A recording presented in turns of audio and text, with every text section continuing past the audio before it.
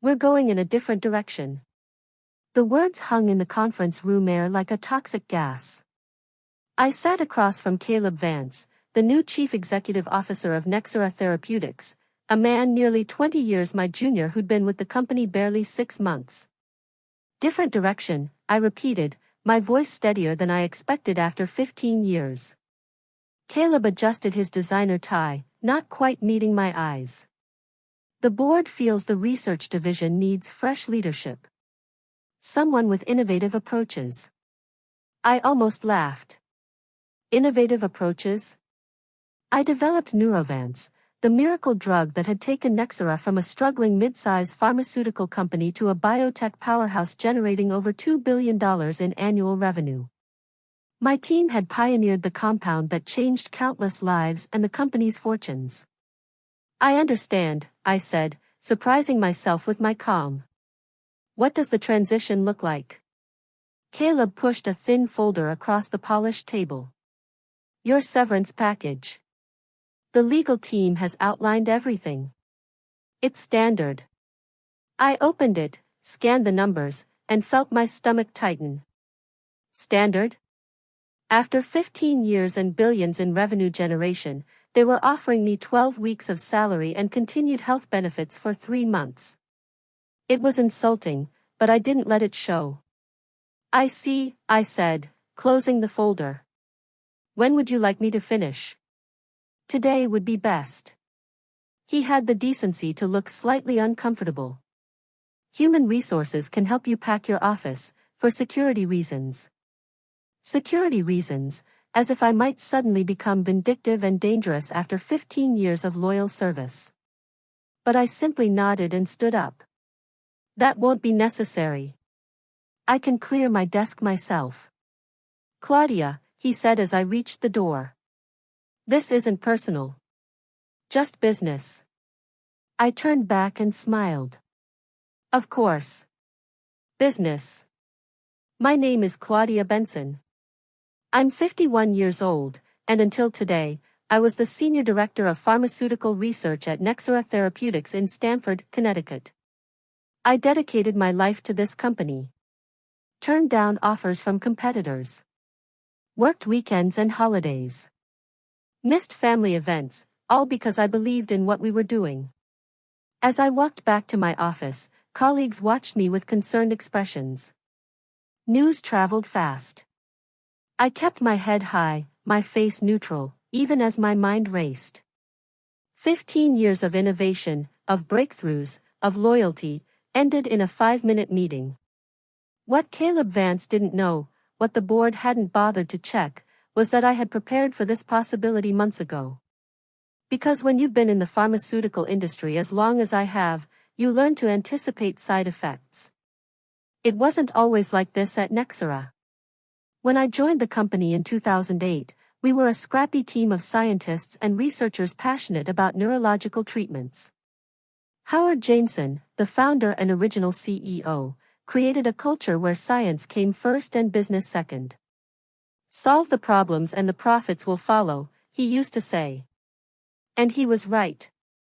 Under his leadership, we developed several moderately successful medications, but nothing revolutionary. Until Neurovance.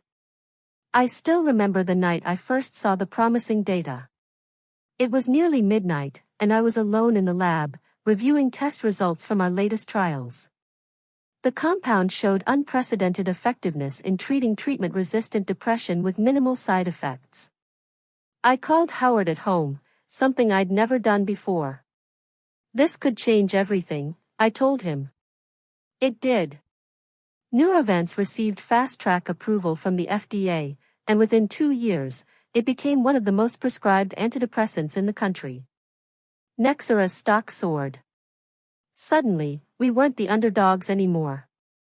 We were players. Howard retired 3 years ago. And that's when things began to shift. The board brought in finance people, marketing executives, corporate types who talked about leveraging synergies and maximizing shareholder value. The research team still had respect, but increasingly, decisions were made with quarterly earnings in mind rather than scientific advancement. Then came Caleb Vance. Headhunted from a larger pharmaceutical company. Brought in to take Nexera to the next level. I tried to work with him. I really did. I presented our latest breakthrough, an extended-release version of Neurovance with even fewer side effects and longer efficacy. Neurovance XR, we called it. Impressive, Caleb had said.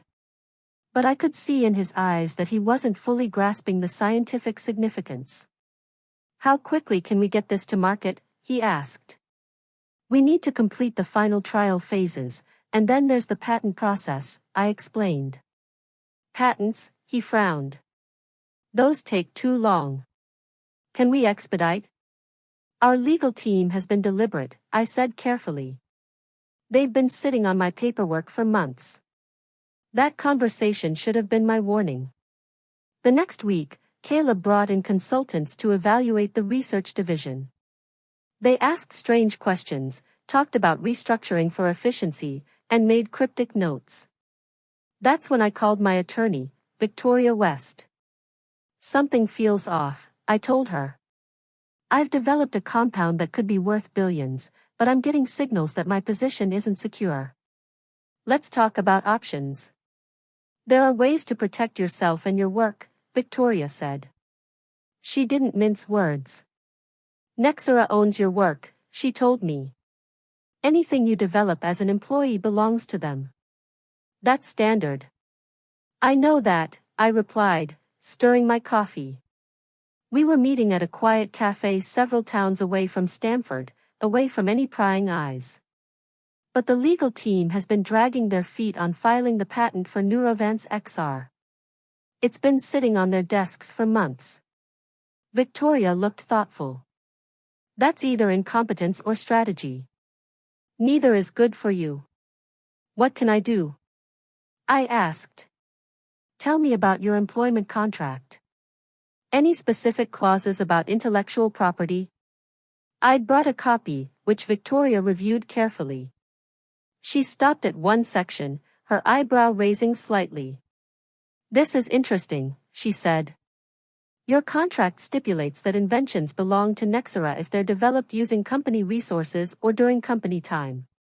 Exactly, I said. It's all theirs. Not necessarily, Victoria replied, tapping the document. Have you done any work on this compound at home? Used your personal equipment? Worked on weekends or after hours when you weren't officially on the clock? I thought back. All the time. I have a home lab set up for theoretical work. I've spent countless weekends and nights refining the molecular structure before bringing it to the official lab. Victoria smiled. And I assume you've documented this? Lab notebooks? Time-stamped computer files? Of course. I'm a scientist. Documentation is second nature. Then we might have something, she said, leaning forward. You could arguably claim that the initial conception and significant development occurred outside company time using personal resources. The final testing had taken place at Nexera, but the core intellectual breakthrough, the patent-worthy innovation, was something I could claim happened on my own time. I was skeptical about whether it would hold up. It wasn't airtight, but it created a gray area sufficient to file a competing patent application as an individual inventor. Victoria explained that sometimes a gray area is all you need to create leverage. The idea felt both exhilarating and terrifying. Wouldn't that be considered unethical? I asked. Is it ethical for them to delay filing a patent on your work while possibly planning to remove you?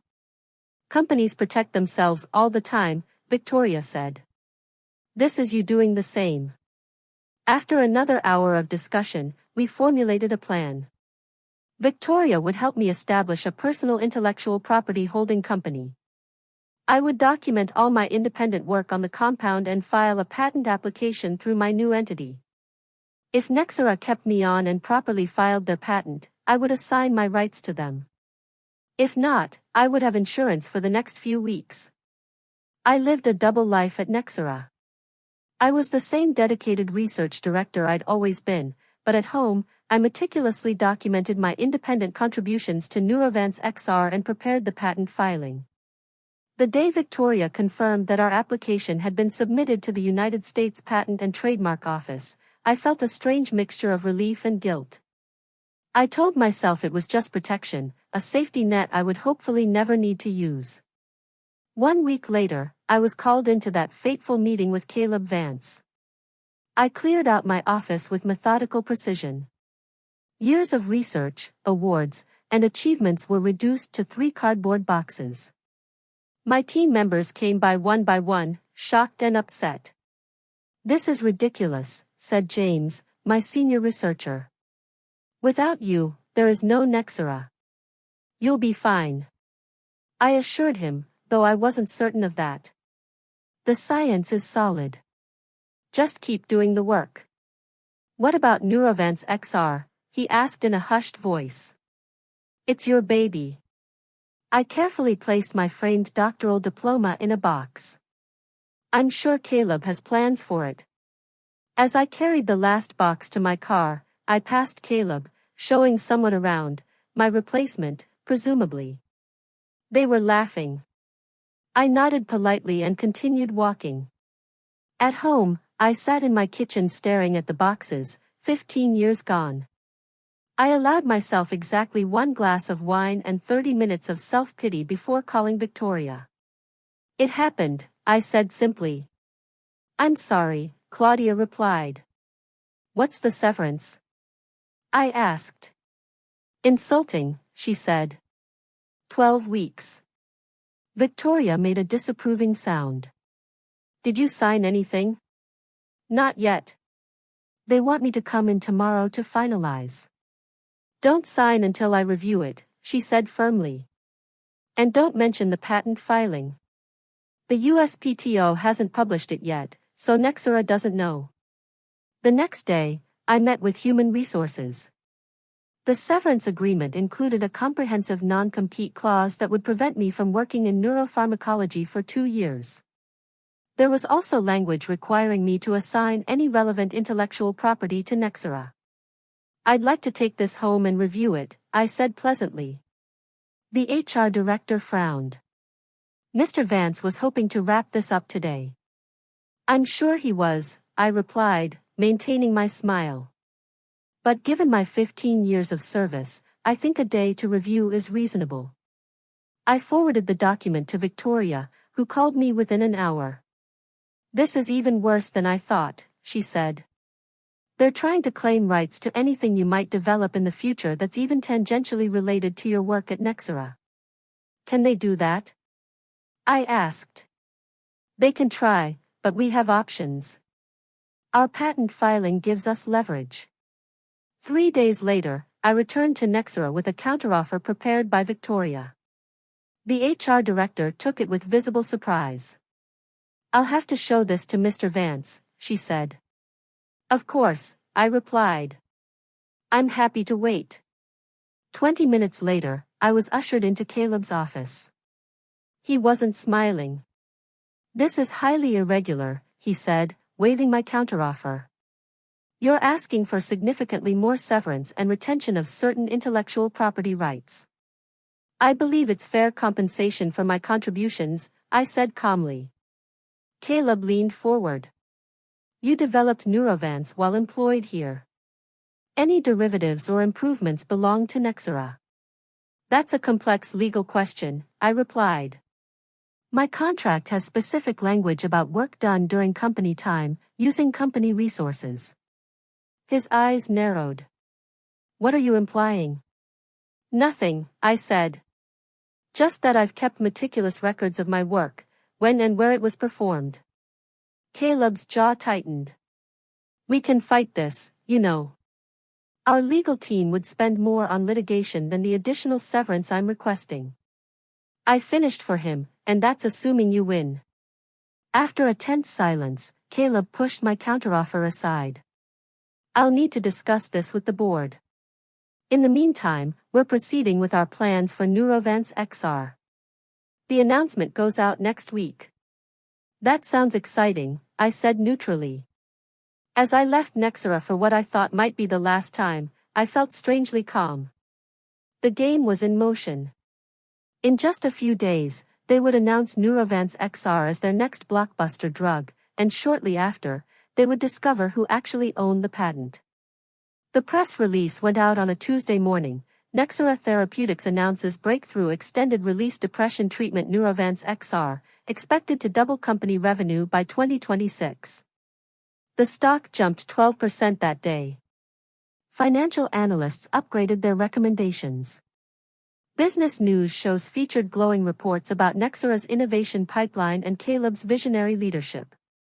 No one mentioned that the scientist behind the breakthrough had been let go. I watched it all from my home office, feeling oddly detached.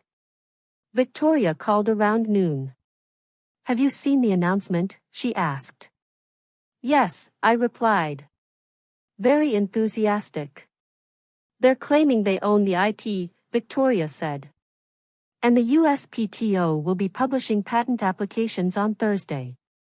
"Including mine?" "Yes. And since yours was filed first, it will be clear who has priority." "What happens then?"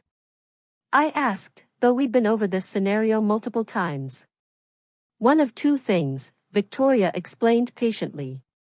"Either they realize the situation and approach us to negotiate, or they try to fight it and claim you stole company IP.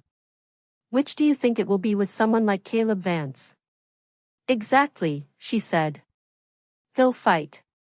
His ego won't allow anything else." She was right. The day after the USPTO published the patent applications, revealing that Claudia Benson, not Nexera Therapeutics, had filed first for Neurovance XR, my phone exploded with calls. I ignored them all except Victoria's. "It's happening," she said. "Nexera's stock dropped 24% today. They've issued a statement claiming you misappropriated company intellectual property." "As expected." I replied, "There's more."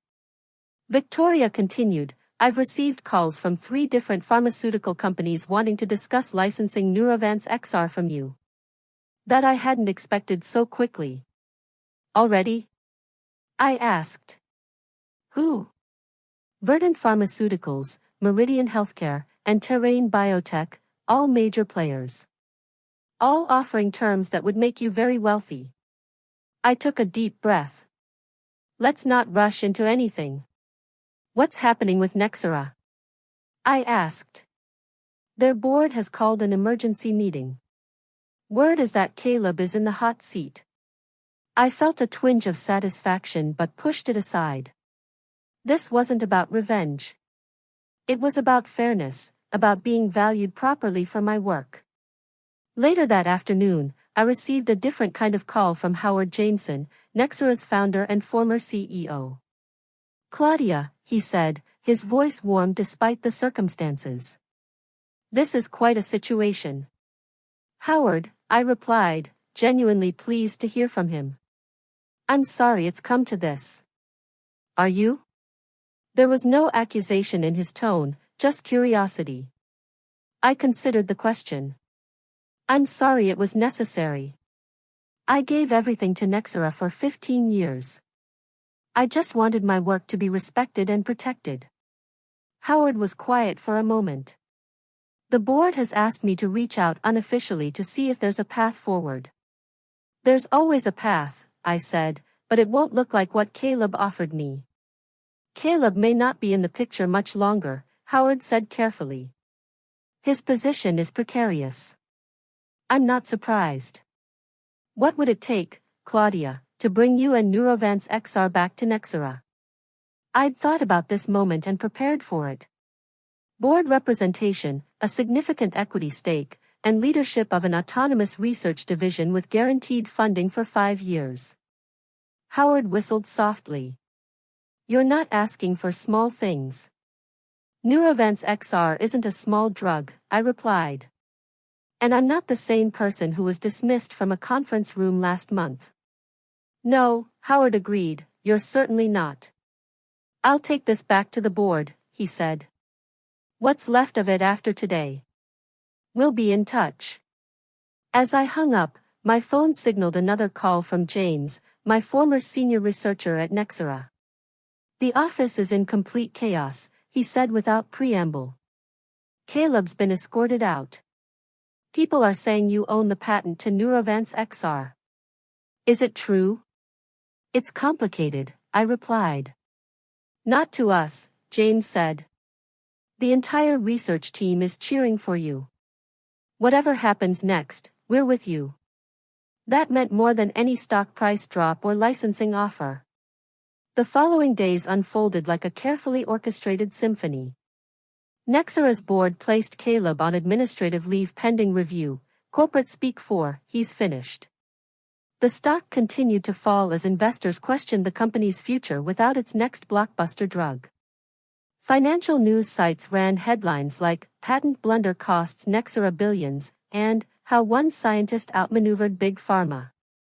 I avoided the spotlight, declining interview requests and staying away from social media. This wasn't about public vindication. It was about establishing my worth. Meanwhile, the offers from other pharmaceutical companies grew more attractive. Verdant's CEO personally called to offer not just a licensing deal but a position as their chief scientific officer with complete autonomy over a new neuroscience division. We value innovation and the people behind it, he said. What happened at Nexera won't happen here. It was tempting. Very tempting. Then came the official call from Nexera's board chair, Eleanor Fitzgerald. Dr. Benson, she began formally.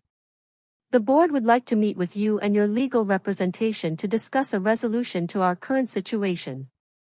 I appreciate that, I replied. When, tomorrow if possible? This matter requires urgent attention. Victoria and I prepared carefully, anticipating every possible scenario. When we arrived at Nexera's headquarters the next morning, the atmosphere was noticeably different. Gone was the bravado, the dismissive attitude. Now, there was difference, perhaps even a hint of fear.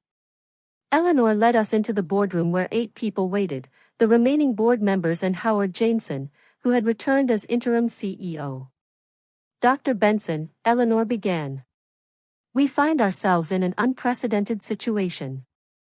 The board believes there's been a significant error in judgment regarding your departure and the handling of the Neurovance XR patent. I nodded but remained silent. We would like to propose a resolution that recognizes your contributions and secures Neurovance XR's future with Nexera. Victoria and I listened as they outlined their offer: reinstatement as Executive Vice President of Research and Development, a seat on the board, equity compensation, and a substantial signing bonus. In return, I would transfer the patent rights to Nexera. When they finished, I glanced at Victoria, who gave a subtle nod. Your offer shows you now understand my value, I said, but it doesn't address the fundamental issues that led us here. I need guarantees of research autonomy and protection from future changes in leadership perspective. What followed was 3 hours of intense negotiation. By the end, we had crafted an agreement that satisfied all parties. I would return to Nexera with expanded authority, a significant equity stake, and ironclad protections for my research team. The patent for Neurovance XR would be transferred to Nexera but with favorable royalty terms for me personally. As we prepared to leave, Howard pulled me aside. You outplayed us all, Claudia, he said with a mixture of admiration and regret. I'm sorry it came to this. I'm not, I replied honestly. Sometimes we need to be reminded of our worth. I returned to Nexera the following Monday. As I walked through the research division, my team greeted me with genuine smiles and visible relief. James had organized a small welcome back gathering in the main lab. We knew you'd find a way back, he said, handing me a coffee mug with "The Queen Returns" printed on it. I laughed. Not a queen, just a scientist who learned to value herself. And taught a few corporate types a valuable lesson in the process, James added. As I settled back into my office, a much larger one now with a view of the Long Island Sound, I reflected on the journey. I hadn't sought revenge, but I had found justice.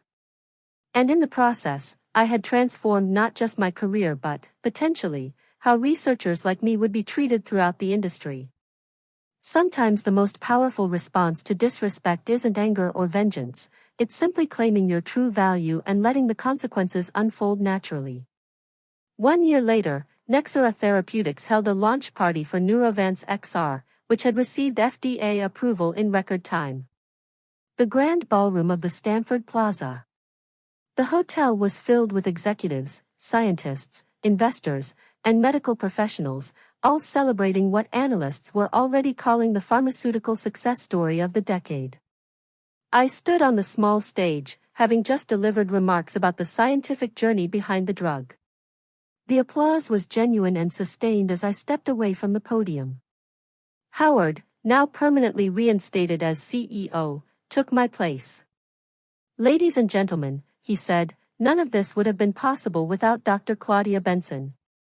Her scientific brilliance created Neurovance, and her, let's call it strategic foresight, ensured that Neurovance XR would transform millions of lives while keeping Nexera at the forefront of neurological treatment." The crowd laughed knowingly.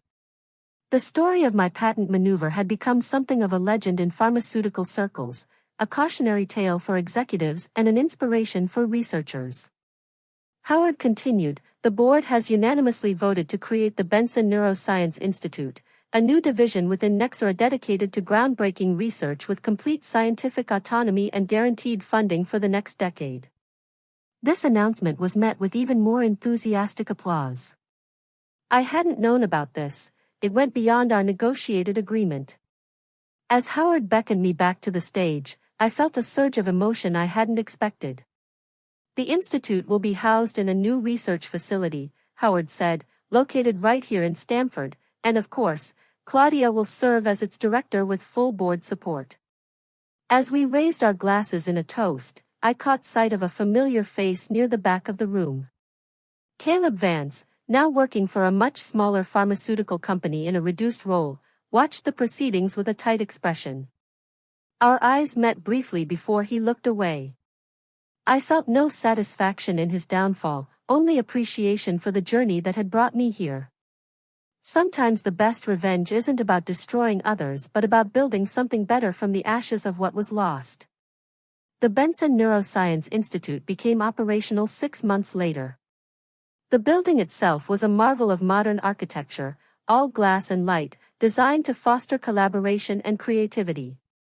My team had expanded from 12 researchers to 40, with the brightest minds in neuropharmacology eager to join what industry publications were calling the most innovative research environment in biotech. On opening day, Eleanor Fitzgerald joined me for a tour of the facilities. "You've created something remarkable here, Claudia," she said as we walked through the main laboratory. "Something that will outlast all of us." "We created it," I corrected her. "It took losing everything to make this possible." Eleanor nodded thoughtfully. "The board has learned its lesson. Value isn't just in quarterly reports and stock prices, it's in the people who do the actual work." "I hope that lesson sticks," I said. "It will," Eleanor smiled. "Especially since you now own enough Nexera stock to make sure of it." That was true. My equity stake, negotiated during my return, had grown substantially as Neurovance XR exceeded even the most optimistic projections. I was now one of the largest individual shareholders, with influence that extended far beyond my scientific role. The pharmaceutical industry had taken notice. In the past year, several major companies had revised their policies regarding researcher recognition and compensation. 2 had even appointed scientists to their boards. The message was clear: talent needed to be respected, not just employed. As for Caleb Vance, I heard he'd left the industry entirely. According to James, who maintained an extensive network of industry contacts, Caleb had tried to position himself as the victim of circumstances at Nexera, but his reputation never recovered. Going in a different direction had indeed been the right move, just not in the way he had intended. The direction was mine to determine now, guided by science and innovation rather than ego and short-term thinking. The future held possibilities I couldn't have imagined during those dark days after my dismissal. The irony wasn't lost on me that losing my position had ultimately led to gaining more control than I ever thought possible. The patent that had seemed like a desperate insurance policy became the cornerstone of a transformed career and company. Looking back on my journey from dismissed researcher to institute director and board member, I realized that the most effective revenge isn't found in destruction but in building something so undeniably valuable that those who discarded you must acknowledge their mistake.